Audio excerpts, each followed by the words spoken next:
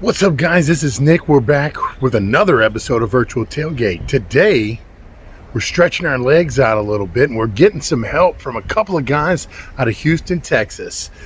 Paul Landry got a hold to a prime brisket from HEB out there, and he got his buddy Danny Ramirez with Comin In Hot Cookers to help him kind of carve it up and give him some pointers on what to do. He's going to use that smoker he got out of Barbecue Guys, and it's going to render hopefully a beautiful end result. But I'm going to tell you, they're going to give you some tips and tricks on how to do your brisket cook a little different maybe than what you're used to, but we definitely want to check out how they do it in Texas.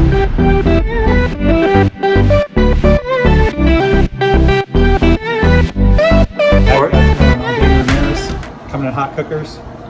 Buddy Paul here asked me to how we trim briskets. I'm a competition cooker, so when I'm at home, I like to practice what I do at the competition. So what we're going to show you here today is maybe a little bit more aggressive than the usual trims that you've seen on briskets. What we're going to do today is a HEB prime. They have a really good quality of selection of beef. If you cook a lot of these, you'll start to know a little bit more about the different brands, because not all primes come from the same ranch. It's typically here on the label. So obviously it has the USDA Prime logo. This is an IBP. I love this brand. It's consistent, has a great beef. When you're purchasing your briskets, some of the things to look for: a thick flat, and the shape, the width. So sometimes you'll come in and you'll see at HEB or any grocery store, and they're kind of thin. I don't like that. I like a little bit wider. Look for the strains of fat. When they're thinned out, it's gonna cook a lot better, taste a lot better. So what we're gonna do is we're gonna get this bad boy open, and I'm gonna show you how we trim briskets here in Texas.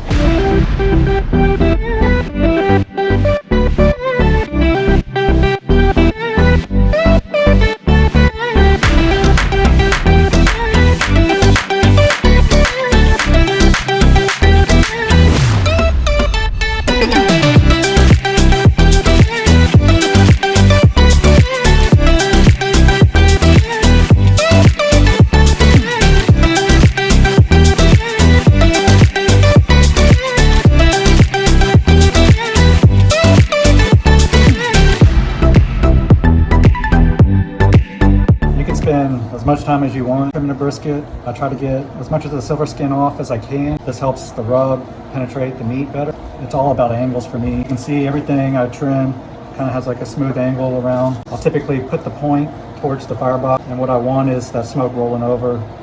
One thing I do is a lot of people cook fat side up. So as you can see, like I said earlier, I do an aggressive trim. For competition stuff, I almost take off every bit of fat on the point. I'm typically cooking Wagyu, so there's so much fat in it, it's not necessary. On the flat though, I do leave a little bit, as you can see here, just as a barrier, keep it hopefully as much moisture in it as possible. But like I said, a lot of people cook theirs fat side up. I do fat side down, because this is where I like a good bark. With meat side up, you can see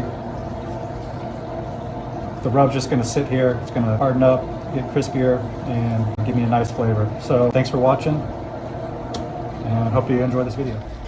Wow. Again, huge shout out to Danny out there with Comin In Hot Cookers. Check those guys out on Instagram. See some of the things that he's doing. Keep up with his events. He's got this cooker out there. I'm telling you, you're going to be knocking his door down to get a hold of. They'll do some custom things for you. So now what we're going to do is turn it back over to Paul Landry, old school buddy from way back. He's going to bring some of that Louisiana flair out with him to Houston, Texas, and we're going to see what happens. But I can tell you, you're going to enjoy this one. Thank my good friend Danny Ramirez for coming by, trimming this brisket for me. He obviously knows what he's doing, calling the big hitters when you go on full in on a prime brisket. So now all we're going to do is season it down. And what I do here is I start with some olive oil, and because I am going to smoke this brisket fat side down, I'm going to start with the fat side up first. So I normally go ahead and rub it with olive oil. Then from here you can go with any seasoning to your liking. Again, going with this Uncle Chris's steak seasoning. The other one I'm going to try is Terry Black's. I was in Austin not long ago, went to Terry Black's and loved their restaurant. So I got some of their dry beef rub. Go heavy with it. It's a big piece of meat. Okay, so once we're done with the fat side, flip it over, and then we'll do the same thing with this side.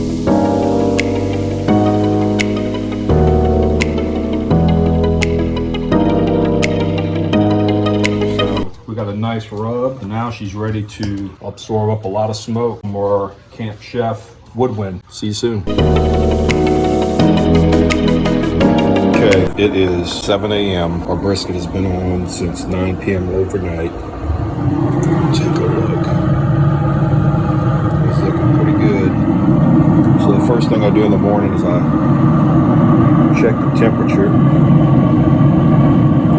So we're at 150. What we want to do is get to 175. And then we will do the Texas crutch. That's looking good. And I have also turned up my heat from low smoke to high smoke. And we're still looking good on pellets.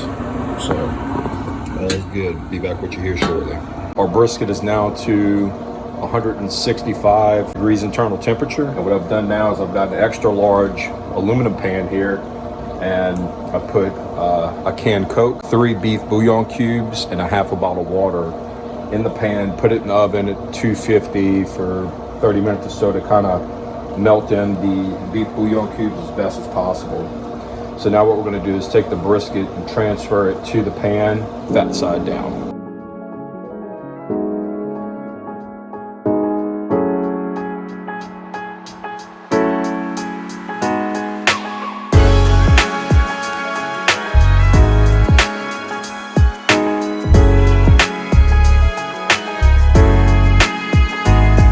Our brisket is now rested for an hour. Start chopping, cutting this bad boy.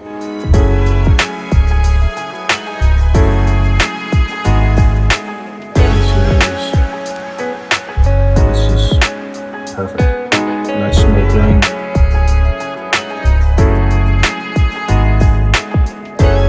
See how all the grains are separating.